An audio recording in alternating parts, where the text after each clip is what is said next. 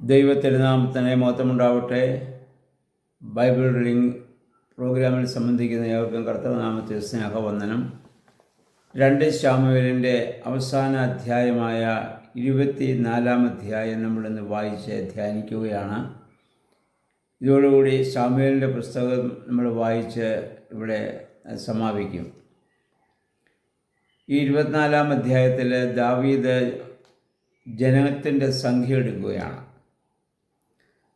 താൻ എത്ര പേർക്ക് അധിപതിയാണെന്ന് അറിയുന്നതിനോ അല്ലെങ്കിൽ എത്ര പേര് യുദ്ധസന്നദ്ധരായിട്ടുണ്ടെന്ന് അറിയുന്നതെന്നോ താൻ എത്രമാത്രം ശക്തനാണെന്ന് മനസ്സിലാക്കുന്നതിന് വേണ്ടിയായിരിക്കാം ഇങ്ങനൊരു ശ്രമം അദ്ദേഹം നടത്തുന്നത്. അതിൻ്റെ ആദ്യത്തെ വാക്യങ്ങളിൽ ദൈവം പറഞ്ഞിട്ടാണ് അദ്ദേഹം ഇത് ചെയ്യുന്നതെന്നൊരു സൂചനയുണ്ട്. എന്നാൽ 1 ദിനവൃത്താന്തം 21-ന്റെ 1-ാം വാക്യം നമ്മൾ വായിക്കുമ്പോൾ പിശാചിൻ്റെ പ്രേരണയാലാണ് ദാവീദ് ചെയ്യുന്നതെന്ന് അവിടെ വ്യക്തമായി പറയുന്നുണ്ട്. മാത്രമല്ല ഇതിൻ്റെ 10-ാം വാക്യത്തിലേക്ക് നമ്മൾ വരുമ്പോൾ ഈ ജനസംഖ്യ എടുത്തു കഴിയുമ്പോൾ ദാവീദിന് മനസ്സാക്ഷിക്കുത്തുണ്ടായെന്നും അവൻ ദൈവസന്നിധിയിൽ അനുദപിച്ച് പ്രാർത്ഥിക്കുന്നതായി നമ്മൾ കാണുന്നുണ്ട്. അപ്പോൾ ഇത് ദൈവം പറഞ്ഞിട്ടല്ല, ദാവീദ് സ്വയം ചെയ്യുന്നതായ ഒരു കാര്യമാണ്. ദൈവം പറഞ്ഞിട്ടാണെന്ന് അദ്ദേഹം വെറുതെ ഇത് പറഞ്ഞു എന്ന് മാത്രമേ ഉള്ളൂ. അദ്ദേഹത്തിൻ്റെ മനസ്സിലുണ്ടായ ഒരു ചിന്ത അദ്ദേഹം ചെയ്തു എന്നുള്ളത് ദൈവസന്നിധിയിൽ ഒരു വലിയ ഒരു കുറ്റമായിട്ട് പിന്നീട് മാറുകയും ചെയ്യുകയാണ്. അപ്പോൾ ആ സൈന്യാധിപനായ യോബാബ് ഇത് ദാവീദിനോട് പറയുന്നുണ്ട്, ഇതിൻ്റെ ആവശ്യമില്ല, ഇങ്ങനെ ചെയ്യരുതെന്ന്. നമുക്കറിയാം, യോബാബിന് ദാവീദിൻ്റെ അത്രയും ദൈവാനുഭവമുള്ള ഒരു മനുഷ്യനല്ല, ഒരു സൈന്യാധിപനാണെന്ന് മാത്രമേ ഉള്ളൂ.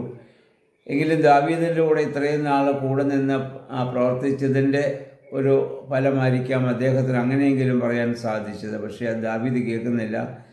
അദ്ദേഹം അങ്ങനെ എണ്ണ എടുക്കാൻ തന്നെ അവിടെ തീരുമാനിക്കുകയാണ്. അങ്ങനെ ജനത്തെ കൊണ്ട് എണ്ണ അവിടെ എടുപ്പിക്കുന്ന 9 മാസവും 20 ദിവസം കൊണ്ട് ജനത്തിന് എണ്ണമെടുത്തു. അതനുസരിച്ച് ഇസ്രായേലിൽ 8 ലക്ഷവും യഹൂദിയയിൽ 5 ലക്ഷവും, അങ്ങനെ 13 ലക്ഷം യുദ്ധസന്നദ്ധരായ യുദ്ധത്തിന് കഴിവുള്ള ആളുകളുണ്ടെന്ന് അവർ മനസ്സിലാക്കി. അതല്ലാതെ ധാരാളം ആളുകളും സ്ത്രീകളും കുട്ടികളും പുരുഷന്മാരൊക്കെ വേറെയുണ്ട്. അപ്പോൾ തൻ്റെ സൈന്യം എത്രമാത്രം ബലവത്താണെന്ന് അറിയുന്നതിന് വേണ്ടിയാണ് ദാവീദ് ഇപ്രകാരം ഒരു കാര്യം ചെയ്തത്. ജനസംഖ്യ എടുത്തു കഴിഞ്ഞപ്പോൾ ദാവീദിന് മനസ്സാക്ഷിക്കുത്തുണ്ടായെന്നും അവൻ ദൈവസന്നിധിയിൽ അനുദപിച്ച് പ്രാർത്ഥിച്ചതായി നമ്മൾ വായിക്കുന്നുണ്ട്. ദാവീദിനുള്ള ഒരു ഗുണം അതാണ്. അവന് ഒരു ഇനിയും സാഹചര്യ സമ്മർദ്ദം കൊണ്ടോ ബലഹീനതകൾ കൊണ്ടോ തെറ്റുകളൊക്കെ ചെയ്താലും ദൈവസന്നിധി യഥാർത്ഥമായിട്ട് പിന്നെ പശ്ചാത്തപിക്കുന്ന ഒരു മനോഭാവം ദാവീദിൽ നമുക്ക് കാണാൻ സാധിക്കുന്നുണ്ട്. ഇത് നമുക്ക് മാതൃകയാക്കാവുന്നതാണ്. നമ്മളും സാഹചര്യ സമ്മർദ്ദം കൊണ്ടോ അല്ലെങ്കിൽ മാനുഷിക ബലഹീനതകൾ കൊണ്ടോ നമുക്കുമൊക്കെ കുറവുകൾ സംഭവിക്കാം. എന്നാൽ അങ്ങനെ സംഭവിച്ചാൽ ദൈവസന്നിധിയിൽ ഏറ്റുപറയാനും പശ്ചാത്തപിക്കാനുള്ള മനോഭാവം നമുക്കുണ്ടാകണം. പഴയ നിയമകാലം നമുക്കറിയാമല്ലോ, തെറ്റ് ചെയ്യുന്നവന് ശിക്ഷ ഉടനെ തന്നെ നൽകുന്നവനാണ് ദൈവം. അപ്പോൾ ദാവീദിനോട് അങ്ങനെ ഒരു മനസ്സാക്ഷിക്കുത്തുണ്ടായി. അപ്പോൾ നമ്മൾ വായിക്കുന്നത് ദാവീദിൻ്റെ ഒരു പ്രവാചകനുണ്ടായിരുന്നു, ഗാദ്. അദ്ദേഹത്തോട് യഹോവയായ ദൈവം പറഞ്ഞു, നീ ദാവീദിനോട് ചെന്ന് പറയണം, 3 രീതിയിലുള്ള ശിക്ഷയുണ്ട്, അത് ഏത് വേണമെങ്കിലും നിനക്ക് സ്വീകരിക്കാം. 1, 3 വർഷം നിൻ്റെ രാജ്യത്ത് കഠിനമായ ക്ഷാമം ഉണ്ടാകും. 2, 3 മാസം നീ ഒളിവിൽ ഇത് പാർക്കേണ്ടി വരും, ശത്രുക്കളെ ഭയപ്പെട്ട്. 3 ദിവസം നിൻ്റെ ആ രാജ്യത്ത് പകർച്ചവ്യാധി ഉണ്ടാവും.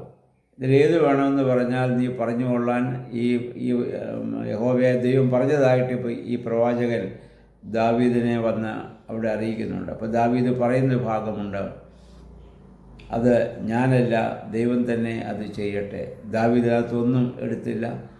അപ്പോൾ യഹോവയായ ദൈവം ഒരു ദിവസം കൊണ്ട് ഒരു വ്യാധി അയച്ച് 70,000 പേർ അവിടെ മരിച്ചു പോകുന്നതായി നമ്മൾ കാണുന്നുണ്ട്. മനുഷ്യൻ എത്രമാത്രം അതിൽ കണക്കുകൾ കൂട്ടിയാലും അത് ദൈവഹിതമല്ല എങ്കിൽ ദൈവത്തിന് ഒരു ദിവസം കൊണ്ട് അതെല്ലാം ഇല്ലാതാക്കാൻ സാധിക്കുമെന്നുള്ള ഒരു വലിയ പാഠം അവിടെ നമുക്ക് മനസ്സിലാക്കാൻ സാധിക്കുന്നുണ്ട്. അത് ദാവീദിനെ മനസ്സിലാക്കാൻ വേണ്ടി തന്നെയാണ് ദൈവം ഇങ്ങനെ ചെയ്യുന്നത് നമുക്ക് വിചാരിക്കാം. മനുഷ്യൻ്റെ അവന് ദാവീദ് മനസ്സിൽ അഹങ്കരിച്ചിട്ടുണ്ടാകും. ഇത്ര ലക്ഷം പടയാളികൾ എനിക്കുണ്ട്, ഈ ലോകത്ത് ആർക്കും എന്നെ ഒന്നും ചെയ്യാനാവില്ല, എനിക്കെല്ലാവരെയും കീഴ്പ്പെടുത്താൻ സാധിക്കുമെന്നുള്ള അഹന്ത. ആ അഹന്തയ്ക്ക് ദൈവം കൊടുത്തതായ മറുപടിയാണ്, ദൈവം മനസ്സിലൊന്ന് നിരൂപിച്ചാൽ നിമിഷ നേരം കൊണ്ട് ഇതെല്ലാം അവസാനിക്കും. ഇത് നമ്മൾ മനസ്സിലാക്കേണ്ടതാണ്. നമ്മൾ പല കാര്യങ്ങൾ ഇങ്ങനെ മനസ്സിൽ നമ്മൾ കണക്ക് കൂട്ടാറുണ്ട്. എനിക്ക് ഇത്ര മാത്രമുണ്ട്, അല്ലെങ്കിൽ ഇത്ര സമ്പത്തുണ്ട്, അല്ലെങ്കിൽ ഇത്ര ആരോഗ്യമുണ്ട്, അല്ലെങ്കിൽ ഇത്രമായ സംരക്ഷണത്തിനുള്ള എല്ലാ സംവിധാനങ്ങളുമുണ്ട്.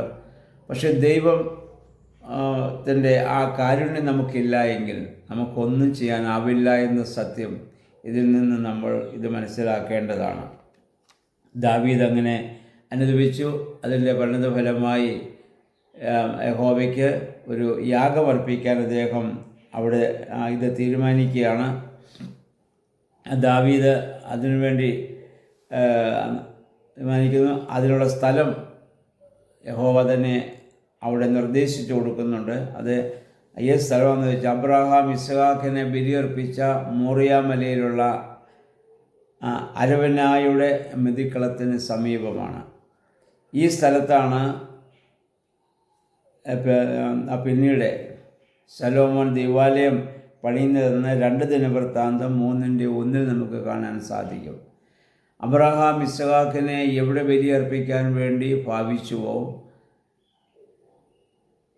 അവിടെയാണ് യെരുശലേം ദേവാലയം പിന്നെ പണിയാൻ കാരണമായി തീർന്നത്. അതുകൊണ്ട് നമ്മുടെ വിശുദ്ധ കുർബാനയിൽ പ്രകാരം പാടുന്നുണ്ടല്ലോ, ഇവിടെ പുത്രൻ കൈകളിലാണിതറയ്ക്കപ്പെട്ടു, ഇസ്ഹാക്കിൻ്റെ കെട്ടുകളെ ഛേദിച്ചതും അവിടെ. ഇസ്ഹാക്കിൻ്റെ കെട്ടുകളെ ഛേദിച്ച ആ മോറിയാമലയിലാണ്, ആ മലയാണ് ഗോകുൽത്തയായി മാറിയത്. അവിടെയാണ് കർത്താവ് ക്രൂശിൽ മരിക്കാൻ കാരണമായി തീർന്നത്. അപ്പോൾ ദാവീദ് ചെയ്തതായ തെറ്റിന് പരിഹാരമായി അവൻ യാഗമർപ്പിച്ചതായ സ്ഥലത്ത് നമ്മുടെ തെറ്റുകൾക്ക് പരിഹാരമായി നമ്മുടെ കർത്താവ് യാഗമായി തീരുന്ന വലിയൊരു അനുഭവം നമുക്കിവിടെ കാണാൻ സാധിക്കുന്നുണ്ട്. അപ്പോൾ ഈ അരവനായ എന്ന് പറയുന്ന ദാവീദ്, അവിടുത്തെ രാജാവ് ദാവീദിനോട് പറയുന്നുണ്ട്, യാഗമർപ്പിക്കാനുള്ള കാളകളും വിറകുകളൊക്കെ കൊണ്ട് നീ ഇത് ദാനമായിട്ട് എടുത്തുകൊള്ളുക. ദാവീദിനെ കണ്ടപ്പോൾ അദ്ദേഹത്തിന് ആ ദാവീദ് രാജാവിനുള്ള ബഹുമാനാർത്ഥം ആ രാജാവ് ഇതെല്ലാം അവിടെ നൽകുന്നുണ്ട്.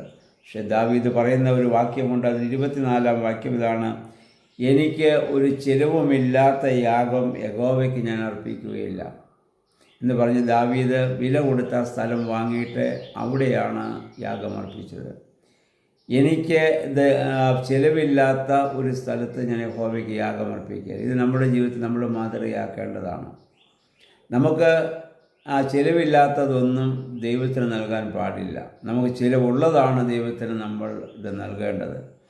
അപ്പോൾ നമ്മുടെ അധ്വാന ഫലം അത് ദൈവം നമുക്ക് തരുന്നതായ അനുഗ്രഹമാണ്. അതിനുള്ള സാഹചര്യം ദൈവം നമുക്ക് തന്നു, ആരോഗ്യം നമുക്ക് തരുന്നു, ഫലം ദൈവം നൽകുന്നു. അത് നമ്മുടെ അധ്വാന ഫലത്തിൽ നിന്ന് വേണം ദൈവത്തിന് നമ്മൾ സമർപ്പിക്കുവാൻ. വെറുതെ കിട്ടിയതല്ല നമ്മൾ സമർപ്പിക്കേണ്ടത്. ഇതിനു മുമ്പ് അബ്രഹാം തൻ്റെ ഭാര്യയായ സാറായെ കബറടക്കുന്നതായ സമയത്ത് അന്ന് അവിടുത്തെ ആ പ്രദേശത്തെ ആളുകൾ അബ്രഹാമിനോട് പറഞ്ഞു, നിനക്കിഷ്ടമുള്ള സ്ഥലം നീ എടുത്തുകൊള്ളുക. അബ്രഹാം പറഞ്ഞു, ദാനമായി ലഭിച്ച സ്ഥലത്തല്ലോ എൻ്റെ ഭാര്യയെ ഞാൻ അടക്കുകയില്ല. 400 വെള്ളിക്കാശ് കൊടുത്ത് ഒരു സ്ഥലം വാങ്ങി അവിടെയാണ് മക്പേല ഗുഹ പണിത് അവിടെ സാറയെ അബ്രഹാം സംസ്കരിച്ചതെന്ന് നമുക്കറിയാം.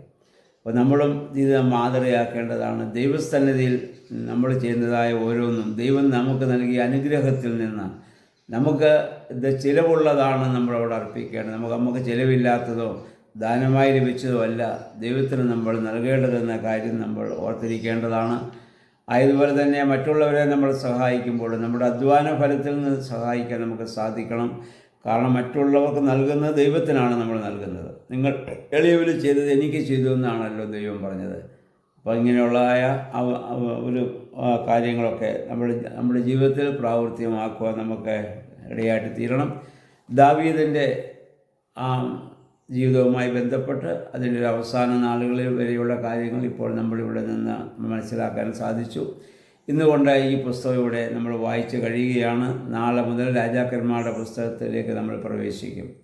ഇത്രയും നാൾ ഈ ബൈബിൾ റീഡിങ്ങിൽ സഹകരിച്ച എല്ലാവരോടുമുള്ളതായ പ്രത്യേകമായ നന്ദി അറിയിക്കുന്നു. ഇനിയും നമ്മളൊരു പുതിയ പുസ്തകത്തിലേക്ക് പ്രവേശിക്കുമ്പോൾ നിങ്ങൾ മറ്റുള്ളവരെ നിങ്ങളുടെ കഴിവിൻ്റെ പരമാവധി പ്രേരിപ്പിക്കുകയും എല്ലാവരും വേദപുസ്തകം വായിക്കുവാനുള്ളതായ ഒരു ക്രമീകരണം ചെയ്യുകയും ചെയ്യണം. നമ്മൾ നേരിട്ട് അറിയിക്കുന്ന ഒരു സുവിശേഷം തന്നെയാണ് മറ്റുള്ളവരെ ഇങ്ങനെ വായിക്കുക, ദൈവവചനം വായിക്കുവാൻ ഇത് പ്രേരിപ്പിക്കുക.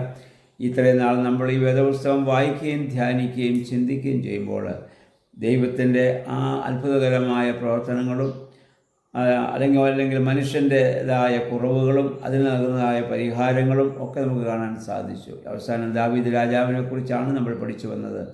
എത്രയോ നിസ്സാരമായൊരവസ്ഥയിൽ നിന്ന് ദൈവം അദ്ദേഹത്തെ ഉയർത്തിക്കൊണ്ടുവന്നു. ഇന്ന് ദൈവപുത്രന് ആ ഗോത്രത്തിൽ നിന്ന് ജന്മമെടുക്കുവാൻ തക്കവണ്ണം, പൂർവ്വപിതാവായി മാറുവാൻ തക്കവണ്ണം ദാവീദിൻ്റെ താഴ്മയും വിനയവും ദൈവസന്നിധിയിലുള്ള സമർപ്പണം മുഖാന്തരമായി തീർന്നു എന്ന് നമ്മൾ മനസ്സിലാക്കേണ്ടതാണ്. അതുകൊണ്ട് ദാവീദിൻ്റെ ജീവിതത്തിൽ ഒരുപാട് കുറവുകളും ബലഹീനതകളുമുണ്ട്. അത് നമ്മൾ മനസ്സിലാക്കിയ നമ്മുടെ അങ്ങനെയുള്ള കുറവുകൾ നമ്മുടെ ജീവിതത്തിൽ സംഭവിക്കാതെ ദാവീദിൻ്റെ ജീവിതത്തിൽ കണ്ടതായ നന്മകളെ നമ്മുടെ ജീവിതത്തിൽ പ്രാവർത്തികമാക്കുവാൻ നമുക്കിടയാകണം. ദൈവമേ, പരിശുദ്ധാത്മാവേ, അതിന് ഞങ്ങളെ ശക്തീകരിക്കണമെന്നുള്ള പ്രാർത്ഥനയോടെ നമുക്ക് വീണ്ടും ഈ വേദപുസ്തക വായന മുന്നോട്ട് പോകാം. ദൈവത്തിന് നമ്മെ എല്ലാവരെയും സഹായിക്കുമാറാകട്ടെ.